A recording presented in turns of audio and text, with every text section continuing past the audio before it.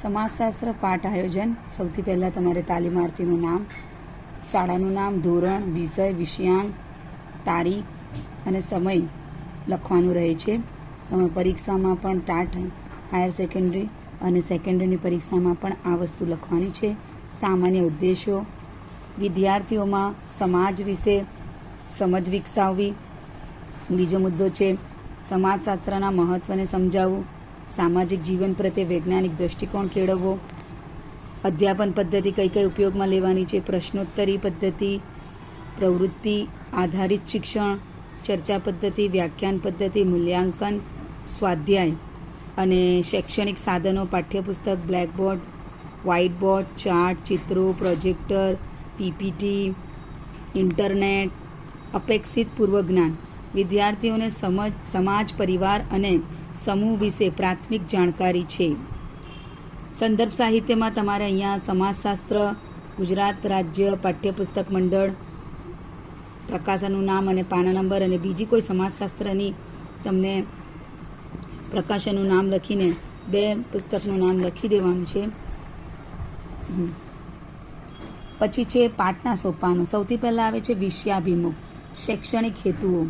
વિદ્યાર્થીઓમાં વિષય પ્રત્યે રસ જાગે અને પૂર્વજ્ઞાન સક્રિય થાય. શિક્ષકનું કાર્ય છે કે વિદ્યાર્થીઓને પ્રશ્ન પૂછે. પ્રશ્ન કયા છે કે સમાજ એટલે શું, માણસ સમાજમાં કેમ રહે છે, પરિવાર સમાજનો ભાગ છે.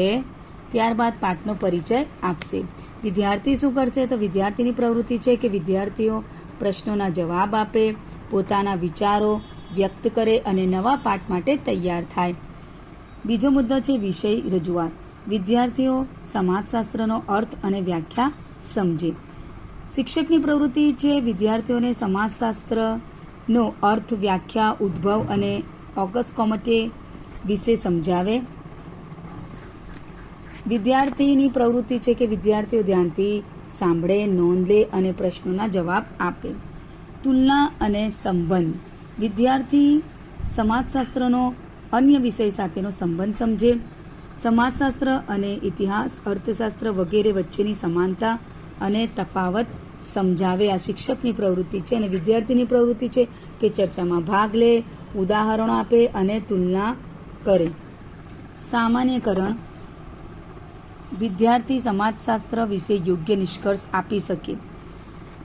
શિક્ષકનું કાર્ય છે કે વિદ્યાર્થીઓના જવાબોના આધારે સમાજશાસ્ત્રની વ્યાખ્યા અને મહત્ત્વનું સામાન્યકરણ કરાવે. વિદ્યાર્થીની પ્રવૃત્તિ છે કે પોતાના શબ્દોમાં સમાજશાસ્ત્રનો અર્થ અને મહત્ત્વ જણાવે. ઉપયોગ. વિદ્યાર્થી પ્રાપ્ત જ્ઞાનનો જીવનમાં ઉપયોગ કરી શકે. શિક્ષકનું કાર્ય છે સમાજમાંથી ઉદાહરણો પૂછે અને સમાજશાસ્ત્રના ઉપયોગ વિશે ચર્ચા કરાવે. પોતાના ગામ, શાળા અથવા પરિવારના ઉદાહરણો આપી સમાજશાસ્ત્રનો ઉપયોગ સમજાવે. પુનરાવર્તન અને મૂલ્યાંકન. વિદ્યાર્થીની સમજ ચકાસવી.